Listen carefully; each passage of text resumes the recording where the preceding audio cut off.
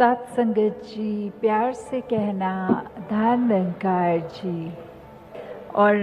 यही बात चाहे वो वक्ता भजन के रूप में, स्पीच के रूप में या कविताओं के रूप में बोले हैं, बात उन्होंने यही करी है कि एक परमात्मा है जिसकी अंश हम सब में है, और कैसे हर एक के अंदर जो हमको उसी परमात्मा को देखना है, वो फिर ऐसा करने से जब मानवीय गुण हमारे जीवन में रचते जाएंगे, हमें किसी से फिर किसी प्रकार की शिकायत नहीं रहेगी, किसी के लिए मन में नफ़रत नहीं रहेगी, क्योंकि संतों ने तो युगों युगों से यही पैगाम दिया है कि हम अपने आप की पहचान कर लें, इस परमात्मा की पहचान कर लें। कैसे हम जब ये जान जाएंगे कि यही है और रहता है और आगे भी रहेगा, कैसे हम ये जब पहचान लें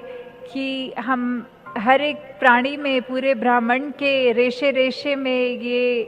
परमात्मा है, निरंकार है, तो कैसे जीवन हमारा बहुत ही सरल हो जाएगा। कैसे फिर हम ये देखेंगे कि ये दुनिया जो है ये वाकई ही स्वर्ग का नक्शा बन गई है। कैसे हर एक चीज़ में हमारी आदत बन जाएगी खूबसूरती को ही देखना, अवगुणों को छोड़ देना, क्योंकि संसार की हालत से तो हर कोई परिचित है कि क्या हालत हो गई है संसार में। हर कोई यही कोशिश करता है कि किसी दूसरे को दबा लिया जाए, किसी के दुखों में मरहम की जगह नमक लगा के उसको और परेशान किया जाए। कैसे ये अपना व्यवहार किसी दूसरे को मजबूर देखकर उसके ऊपर डोमिनेट करने वाला बना लेता है। तो ये सब व्यवहार तो एक ह्यूमन वैल्यूज़ नहीं डिपिक्ट करती हैं, ये सब व्यवहार तो एक मनुष्य की पहचान नहीं है। तो एक कवि ने भी यही बोला कि सांपों को कैद कर लिया सपेरे ने ये कह के कि आदमी को डसने के लिए आदमी ही काफ़ी है। कि कैसे एक मनुष्य को जहाँ अपने मन में प्रेम रखना है, विशालता रखनी है, कैसे करुणा वाले भाव रखने हैं हर एक के प्रति, कैसे अपने अहंकार को तजना है, और कैसे ये अहम भाव की जगह मन में प्यार रखना है, करुणा रखना है। तो ये सहनशीलता, ये मिलवर्तन, ये एक समदृष्टि की निगाह ही हर एक प्राणी में, हर एक मनुष्य में होनी चाहिए कि कैसे कोई फ़र्क, कोई भेद नहीं दिखना चाहिए। हम अपने मन में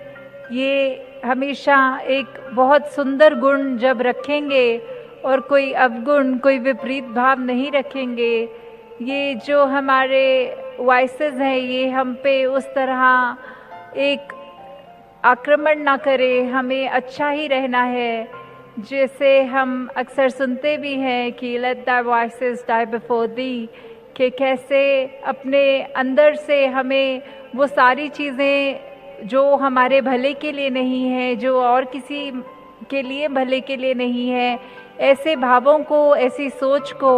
हमें जीते जी मिटाना है। उनकी मृत्यु हमारे जीते जी ही हमारे मन से वो ख़त्म हो जानी चाहिए।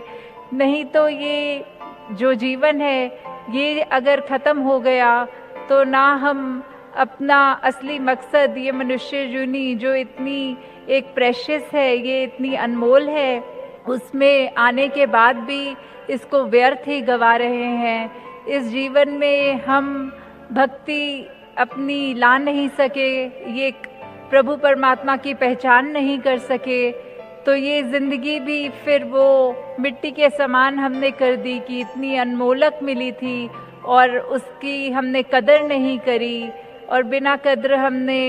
इसको वो दर्जा नहीं दिया, उसको इतनी कीमती चीज़ मिलने पर भी उसका मोल नहीं डाला।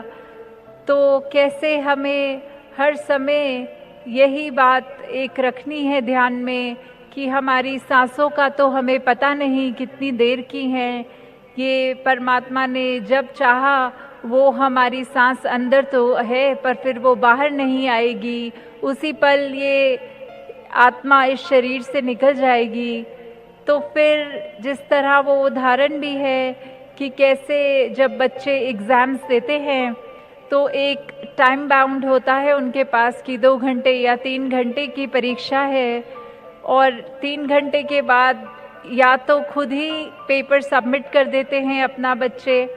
पर अगर कोई कुछ लिख रहा होता है और समय समाप्त हो जाता है तो फिर वो इन्विजिलेटर को पेपर खींचना ही पड़ता है वो स्टूडेंट के हाथ से। तो कहीं वो हाल हमारा ना हो जाए कि हम तो ऐसे गफलत की नींद में सोए रहें कि बार बार हमारे कानों में आवाज़ भी पड़ रही है कि अपनी पहचान कर लो, इस परमात्मा को जान लो, फिर भी हम अगर आलसी करते रहे या वो समय की कदर ना करें तो फिर वैसे ही सांसों की जब लड़ी हमसे छिनेगी तो फिर हम पछतावा भी नहीं कर पाएंगे, क्योंकि वो समय तो बीत गया है। तो कैसे ये मनुष्य को बार बार भी अगर सदियों से युगों से संतों ने यही संदेशा दिया है कि इस समय की संभाल कर लो, फिर भी मनुष्य वो मैसेज सुनता है और अनसुना कर देता है, या कभी ऐसे सोच लेता है कि अभी तो हमारे जीवन में बाल अवस्था है, युवा अवस्था है, ये भक्ति का मार्ग तो हम बुढ़ापे में अपना लेंगे, पर किसी को क्या पता कि श्वास कितने हैं। तो फिर जितनी भी जिंदगानी दातार ने हर एक को बख्शी है, हमें उसी समय के रहते रहते इस परमात्मा की पहचान करनी है। कैसे एक उदाहरण के तौर पे अगर ये देखा गया है कि केले का छिलका है, उस पे पैर अगर रखो तो फिसल जाओगे, तो इसका मतलब हमें ये तो बोध हो गया कि ऐसा करना हमें है, उससे नुकसान हो जाएगा। पर फिर भी हम अगर ये समझे कि अब रास्ते में केले का छिलका है तो हमारी मजबूरी है, हमने उसके ऊपर पैर रखना ही रखना है, तो ये तो हमारी नादानी है, ये हमारी नासमझी है। ऐसे ही नासमझी के भाव को हमने दूर करना है अपनी ज़िंदगी से। कैसे वो हम जब ये बात समझ जाएंगे, हमारा जीवन खुद ब खुद ये भक्ति के मार्ग पे पहुंच जाएगा, उसके ऊपर हम चलने लगेंगे। फिर ये समझ आ जाएगा कि हमारे परिवार, हमारे कामकाज, ये तो सिर्फ एक गुजरान के लिए इस मालिक ने हमें दिए हैं, तो इसको हम उतनी वैल्यू ना दें जितना एक स्पिरिचुअल लाइफ को अपनी वैल्यू दें। अपने अंदर से एक हम ये ना देखें कि कैसे हमारे जीवन में ये धन दौलत ही सब कुछ है, और ये आत्मा के ऊपर हम फोकस ना करें, ये स्पिरिचुअल अपनी जर्नी पे फोकस ना करें, तो ये समय बिल्कुल हमारा खराब ही हो रहा है। जैसे उदाहरण ये भी है मीराबाई जी का कि चाहे उन्होंने राजा के घर जन्म लिया था और आगे उनकी ज़िंदगी भी राजा के घर में बीती थी, पर उन्होंने अपने आप को ये सच्ची दौलत, ये धनवान अपने आप को कब माना था? वो तब माना था जब ये ब्रह्म ज्ञान उनके जीवन में आ गया था। फिर वो यही कहती थी कि ये राम रतन धन मिल गया है, ये मेरे सद्गुरु ने मुझे ऐसी अनमोल दात दे दी है, तो ये सद्गुरु ने अपना लिया है, ये मेरे को ब्रह्म ज्ञान मिल गया है। तब उन्होंने अपने आप को ऐसा अनमोल दात के साथ अपने आप को अमीर समझा। वैसे दुनियावी तो धन दौलत उनके पास भी थी, पर उन्होंने उस समय से लेकर कभी जीवन में ये नहीं माना था कि मैं अमीर हूँ। बस वो दात जब हाथ आई जो उनके मालिक से उन्हें मिली, तो उनको यही लगा। तो कैसे यह बात हम भी अपने अंदर बांट लें कि दुनिया में बहुत सुख है, बहुत माया है, फिर भी वो किसी काम की नहीं अगर हमने अपने अंदर वो दीप नहीं जगाया, हमारा मन रोशन नहीं हुआ। तो कैसे हम अपने जीवन में ये नाम धन अगर लेते हैं तो ही हम शाहों के शाह होते हैं, तो ही सच्ची अमीरी हमारे हिस्से आती है। जैसे संसार में तो बहुत चीज़ों के मैसेजेस हमें मिलते रहते हैं, हमें ये देखना है कि उसमें से हमने कौन से मैसेज पे ध्यान देनी है,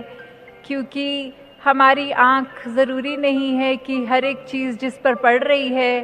उस पे हमें ध्यान देना है।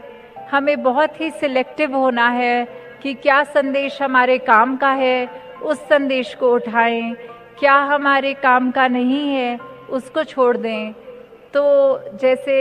ये उदाहरण कि टीवी पे अनेकों चैनल आते हैं, रेडियो पे अलग चैनल आते हैं, हर एक पे अलग ही संदेश होता है। किसी पे कुछ संगीत आता है तो किसी पे न्यूज़ आती है, किसी पे कुछ आता है, स्पोर्ट्स आते हैं। तो फिर वो फ्रीक्वेंसी पे हर एक अपनी बात अलग कर रहा है। तो ये डिसीजन हमारा है, ये रिमोट कंट्रोल लेके हम कौन सा चैनल लगा रहे हैं वो हम देखें कि हमारे फ़ायदे की बात हो, जिसमें उसी पे हम ध्यान दें। और दूसरे ने अगर कुछ गलत भी कह दिया है या ऐसा संदेश भी कानों तक पहुंचा है जो